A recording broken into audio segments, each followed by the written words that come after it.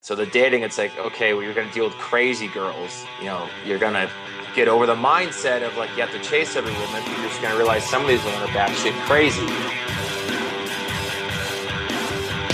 Hey, podcast listener, you're about to discover insider tips, tricks, and secrets to making more sales and converting more prospects into customers with email marketing. For more information about the Email Marketing Podcast or the Autoresponder Guide, go to dropdeadcopy.com/podcast. Hey, it's John McIntyre here, the Autoresponder Guide, and it's time for episode 72 of the McMethod Email Marketing Podcast, where you get nitty-gritty techniques, tips, and strategies to make more money with email marketing and sales funnels in your business. Today, I'll be talking to Jim Clair about how to write copy. Very simple.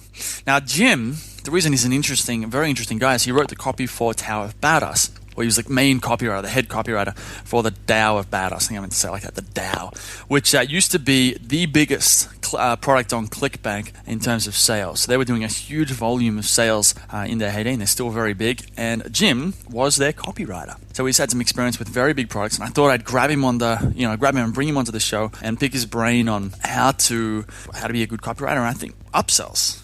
Right, that's what we're going to talk about today. How they're using upsells with the Tao of Badass or how they use them to really crank up the revenue per customer. So this is going to be an interesting episode. I mentioned upsells last week as maybe 2 weeks ago. It was from the McMasters Inside of the Week, and we're going to talk more about that today.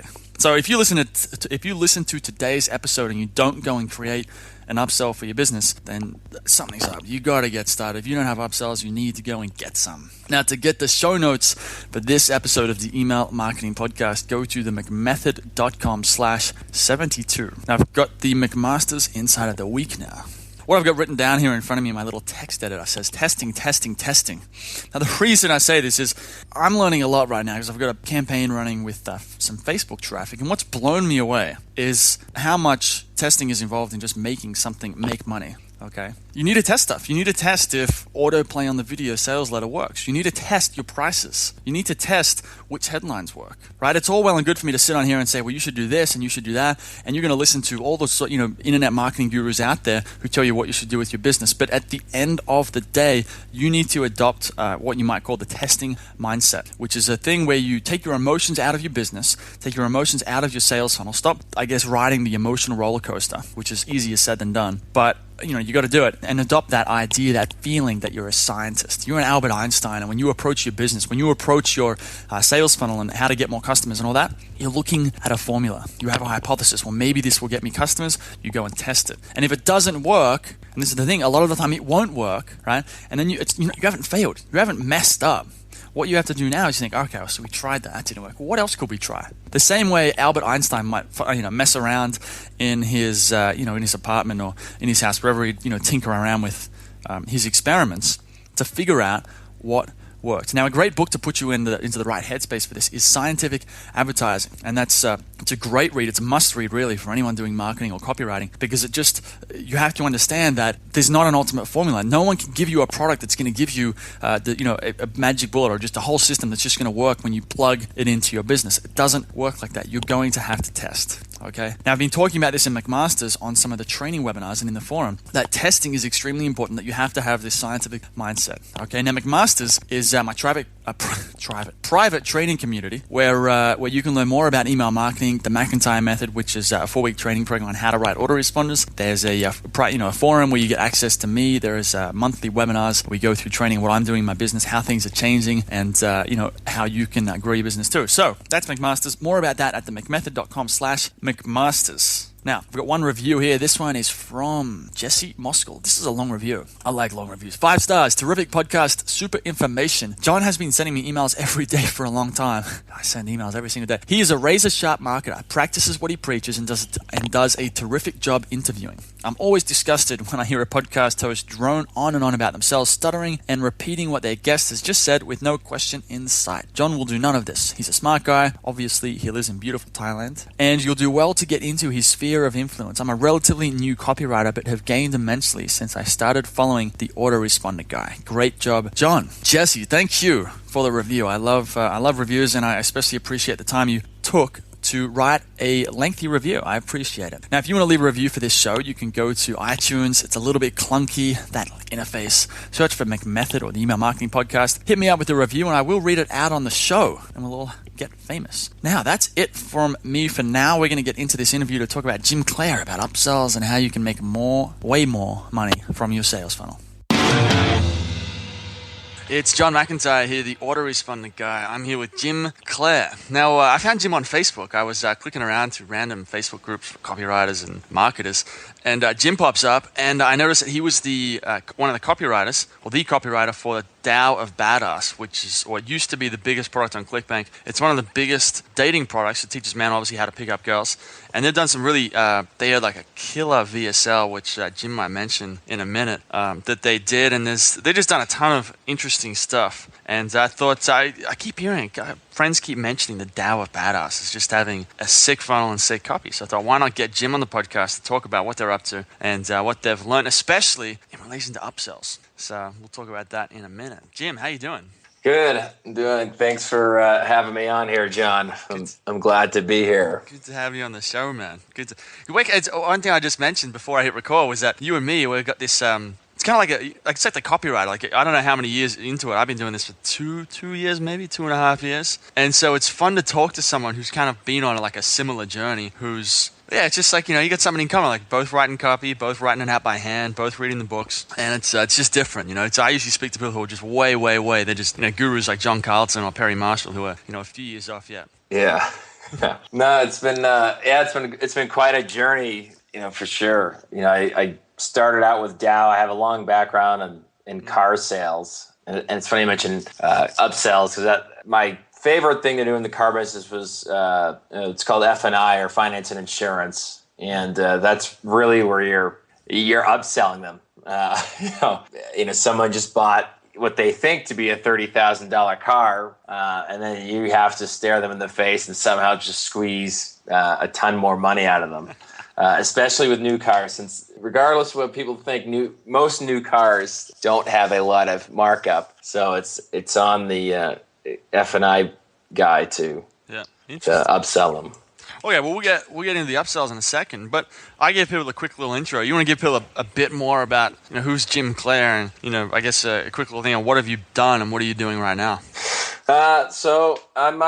Probably the most famous thing is, I'm the copywriter for the Tao of Badass, which I've been doing now for, I want to say close to 3 years. I came on there right during the meteoric rise, which came from the Goldfish VSL, which is a pretty famous VSL. Goldfish VSL? I think a lot of people aren't going to know what that is. So basically, the Goldfish VSL has a hook of, hi, my name is... it's Josh Pellissier reading it. It's, hi, my name is Josh, and this is a fish. And this fish is going to show you I'm going to show you how this fish can get you laid, is the main hook. And actually, it's John Benson. It's his formula. Josh basically mentored under Benson, and then Benson helped him write that VSL. And then it hit, and then Dow went from kind of 3 guys struggling in a coffee shop to all of a sudden this huge meteoric rise, and we've been rocking ever since. And it's like being in a rock band. And now Dow's become my client. I do write in the golf niche. I'm just starting there, and it looks like I might have something coming up in the self-defense niche a little bit down the line here. And then my website, although it's not up and running yet, I have it. There should be a blog post soon, is kickasscopy.com. Nice, man. Yeah, that's you've been doing. I noticed the interesting thing you mentioned. I think it was on your Facebook page about writing out old school sales letters by hand. Yes. I did that for so long. I did that for a couple of months at least in the Philippines, and it was tracking it with a spreadsheet to count how many I'd done, and that was sort of how I got started too. So I thought it was so cool that you'd done that as well. Yeah, I still try and do it almost as close to every day as I can. I get up at around 6 in the morning every day to go to the gym, but as soon as I get up, once I take a piss and then feed the cat, and then usually for hopefully about 15 minutes to a half hour, depending how sluggish I'm feeling, I'll hand copy, a sales letter or keep working on a sales letter. Okay. All right, well, let's talk about, let's get into this upsell thing. And the reason I wanted to bring the whole upsell thing up, or upsells up, is because I mentioned to you I've been running a paid traffic funnel on Facebook right now, and I wasn't originally gonna, like when I originally set it up, it didn't have any upsells, and then I spoke to a guy here in Chiang Mai, Thailand, who's been doing this for 10, 15 years, and he just says, dude, you gotta have some upsells. So I was like, all right, you've been doing this for longer, I'll go and set up some upsells. So I came with some upsells, wrote it, made a few videos, basic thing.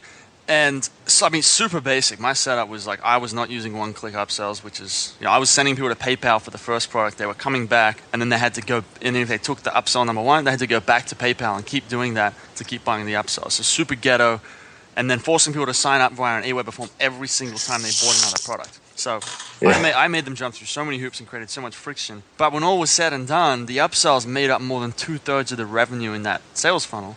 And without the upsells, the whole thing would have been a complete failure. So that was like, I looked down, I was like, holy shit, like these upsells, like this is where it's at. Like the money in the business is the upsells. Yeah. Oh, for sure. I think that was part of the reason why Dow was looking for a copywriter, because they weren't monetizing the goldfish. Josh kind of put these upsells together in a hurry, but they didn't. I mean, in all honesty, they were crap. It didn't really perform. Yeah. So that was kind of tasked as my first duty. That came about. Josh asked me about the car business, so I used to hammer people. Yeah, it's where the money is in a lot of things. I mean, McDonald's has been doing it to us for years.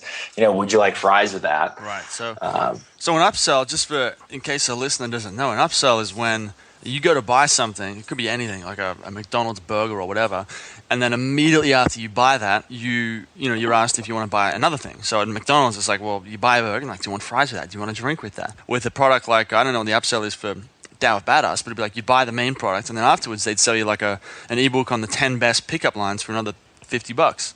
Yeah, I mean, the thing that I find with upsells, and I mean that's kind of where I started cutting my teeth.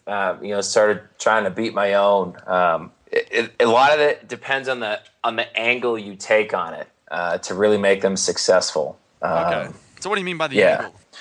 Well, the problem is, or not the problem is, a lot of people when they spend so much time in the VSL or the long form sales letter on that main funnel, in their main offer, their main product, that if they write something really good, it makes it sound like the grand poobah, the end all be all. This is the shit. Like you're gonna, do whatever. There's the last thing you need. The be all and end all. Exactly. So then all of a sudden you get to a page and it's like, well, wait, you need this. Well, it has to kind of be done in the right way. So the angle, I think there's probably a couple angles, but the angle I really like is, and it depends. I mean, there's really two angles. So the first angle I really like is basically presenting like, now they have all this stuff. What kind of problems are they going to have now? Like in the dating niche, we basically said you guys are going, and this comes from market research, is, basically these guys, they're so scared, really, like they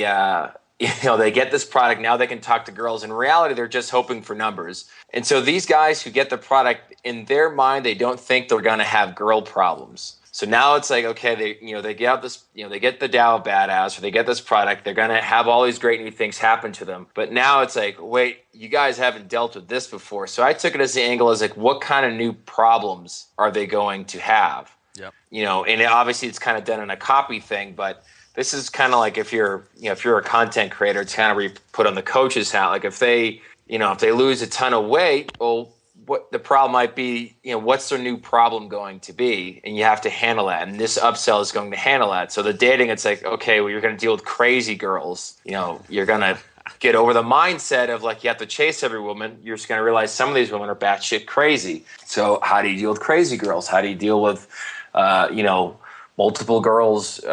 We used a story of a guy. He had like two girls pounding on his door at the same time, and he's like freaking out because he's never ever had that happen before. Yeah. So it's something. What kind of new problems are they going to have, and then solving those problems. Right. And finding those problems kind of comes from market research and from your emails. Usually comes from pretty good testimonials where guys are like, hey, I did this, but if it's weight loss or something, I don't have any jeans that fit. Like, how do I style myself, or something like that. I'm not saying write a styling thing, but something where you're introducing new problems, kind of more money, more problems, and how to handle those new problems. Yeah. One way that I was thinking about it when I did the funnel on Facebook was that like everything needs to flow. I mean, the cool thing about copy, or the interesting part about copy, is it needs to flow from one thing to the next very naturally. When I coach people from time to time, and when I see that copy, usually the biggest problem is it just doesn't flow. They jump from one idea to the next too quickly, or it's a bit disjointed, or there's no connection. So this is like selling a dating, sell the main dating product, and then selling a book on maybe how to cook. Like it doesn't really flow. You can sort of see a connection there, but it's not that close of a connection. Whereas, you know what I mean? Exactly. Right? Yeah. Well, it's. I think it's a congruence. I think a part of a good lead into an upsell, whether it's you're doing a VSL or sales letter form, is reassuring that their product is awesome. I noticed, kind of what you said. I think it's disjointed when they get this, they get this product, whatever product they're getting, and then they just jump to a page, and it's like, but wait, you need this, and it's like, versus I think, putting in a couple, just a few paragraphs of like, this product works great, this is this, but you're gonna you might run into this. This has been, in my experience or in clients' experience, that kind of keeps that congruence. I mean, just like you said, you don't want to disjoint them and be like, well, wait a second. Yeah, it's kind of like you would, like I was selling a template, and so a template for the first email in their sequence, and the upsell was basically like, thanks for signing up. Template's on its way to your email, blah, blah, blah. It's, it's good because of this. It's just sort of reiterating the benefits of the sale. And then saying, well, that one was actually, there wasn't much of a sort of a problem. It was just like, well, if you want 3 more templates, here's 3 more. And that was the upsell. Yeah. But then in the next one, upsell number 2, that was like, all right, so these templates, they all use a storytelling format, which is great. You feel like the templates, they're going to work really, really good for you.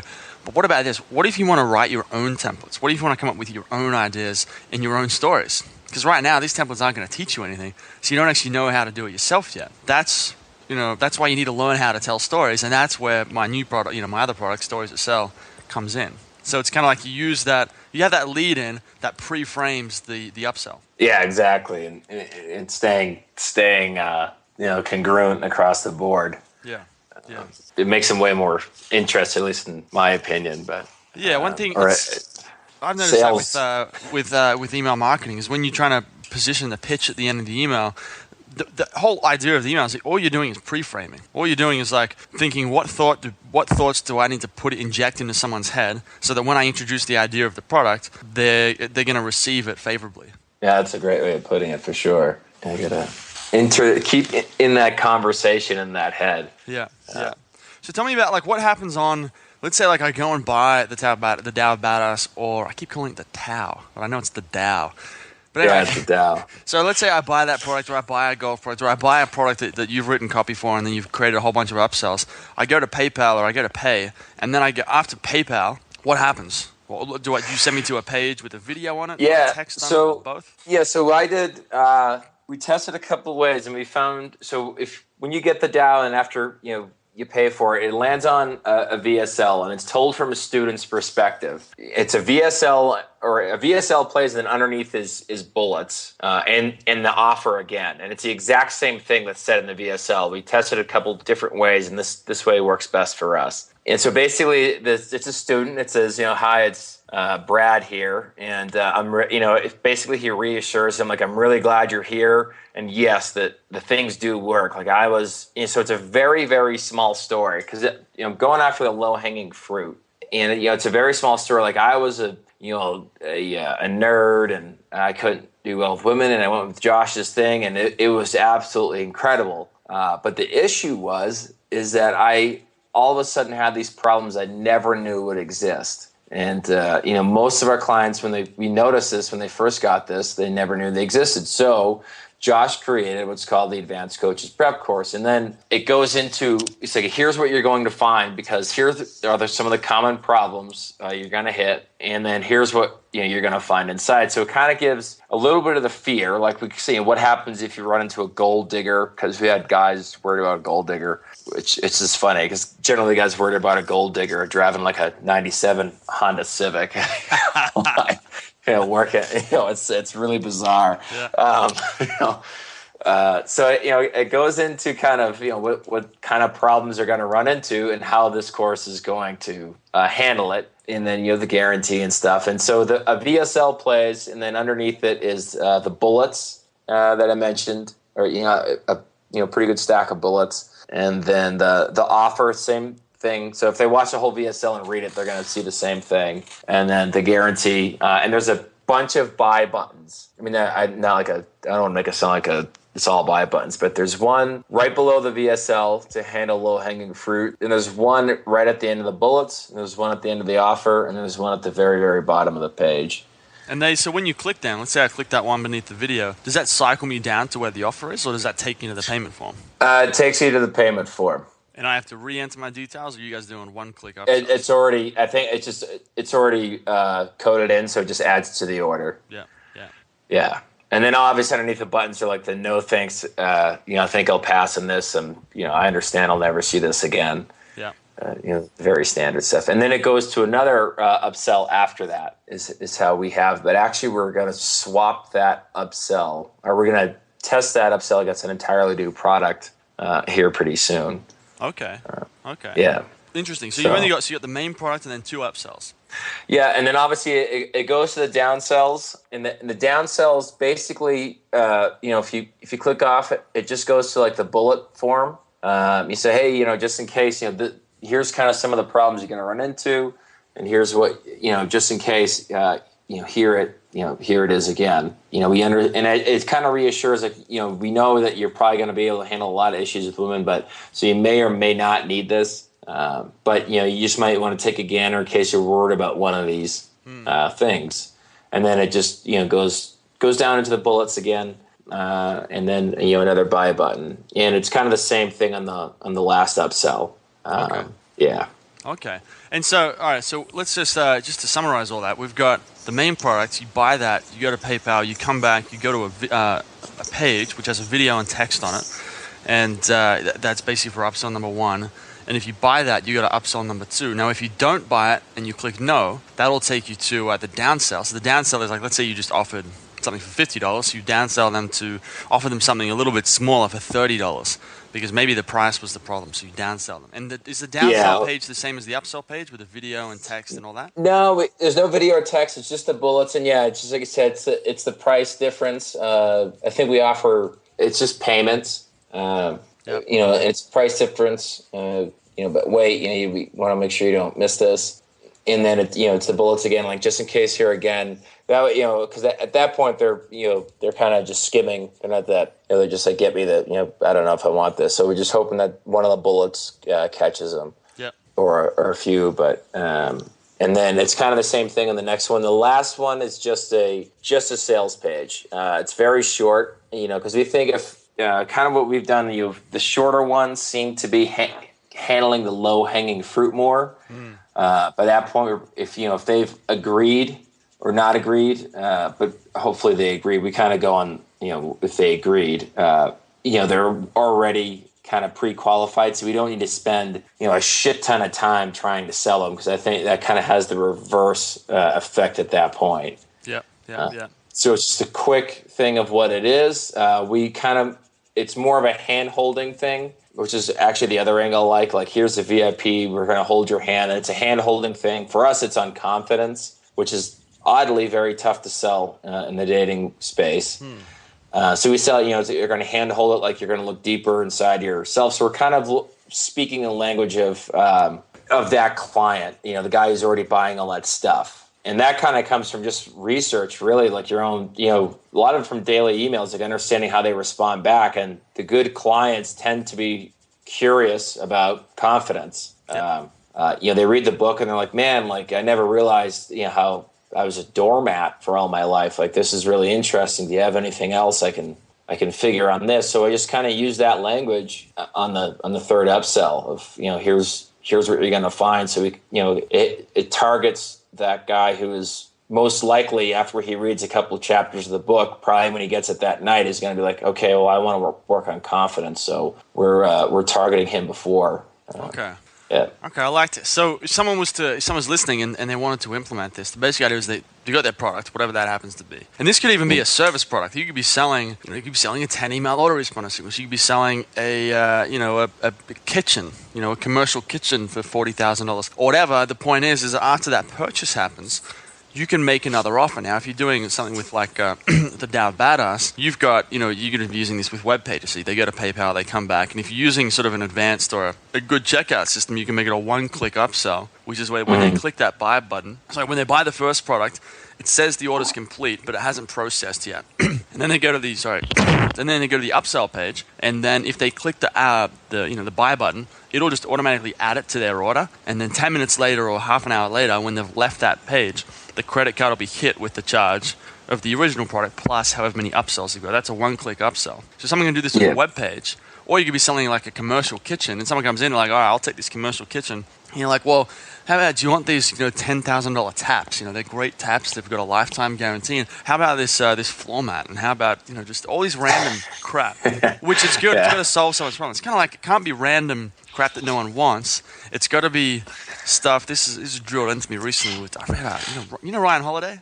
I know of him. I don't know him. So he's got this great book, right? And it's a great book for someone like us, right? A copywriter who, it's all about direct response. It's all about like, often the emphasis in sort of our industry is placed on, you could have a crappy product, but if you have really good copy or good positioning or you're a good marketer or a good sales funnel, you can sell it. And that's true to a point. But even Gary Halbert mentions in one of his things that, you could have, the offer or the thing you're actually selling. That's the best way to change the response. It's not the copy. It's not the headline. It's not any of that. It's just a better offer, which is the same thing as saying that sell shit that someone actually wants to buy. So when it comes to upsells and even just the original product, it can't be just a random thing. You can't be like, well, do you want to buy this $10,000 taps as well? Even though they've already got taps and they don't even want taps, that's not going to work. So it's kind of like, I like how you brought up the issue of, you've been doing market research, you've got to survey them, you've got to know what you could do. And if you had enough traffic for it, you could even, I don't know how you did the survey, but maybe you could do do the product and then after the purchase, you could send them to a survey instead of the upsell,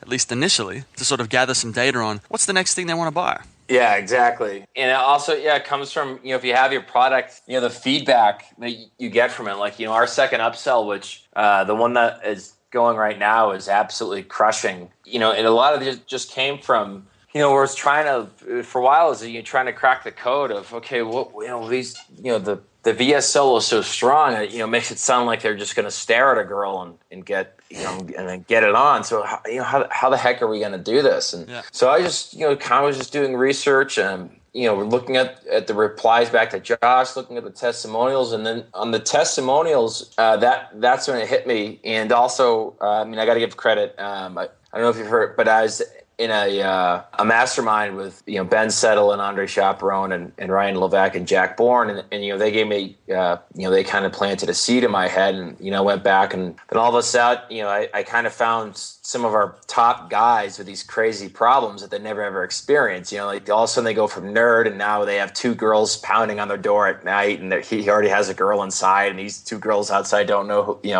each other, and so it's kind of was taking almost the ridiculous testimonials, or also like, hey, I'm running into this issue, like, what if girls are liars? I'm scared to approach girls. I really believe in your thing, but I'm really scared to approach. Like, what if she's gonna lie or be a gold digger? I hear, it was like putting on the detective cap, which I think what John Carlton calls it, and it definitely, I busted my ass finding that language, and then that was it. And I was like, okay, here's kind of the new problems, and then kind of coming from a coach's perspective of, okay, how are they going to handle these new issues?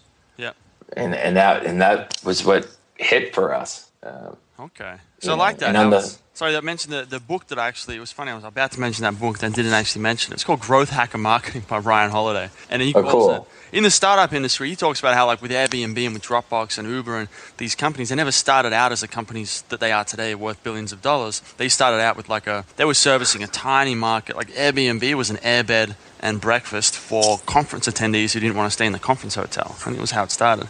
But then what happens is they do that, they're not really getting enough traction, they're not that happy, so then they iterate. They try changing the offer where it's more just general hotels and more and just broaden it. And so what they're looking for is a product market fit, which is the point where they're selling something that just fits the problem that the prospect has, like a freaking glove, so that when they talk about it, like, you're like, here's the idea, here's the offer, the prospect or the person just like, well, I'm in, like, count me in, here's my hand, here's my money.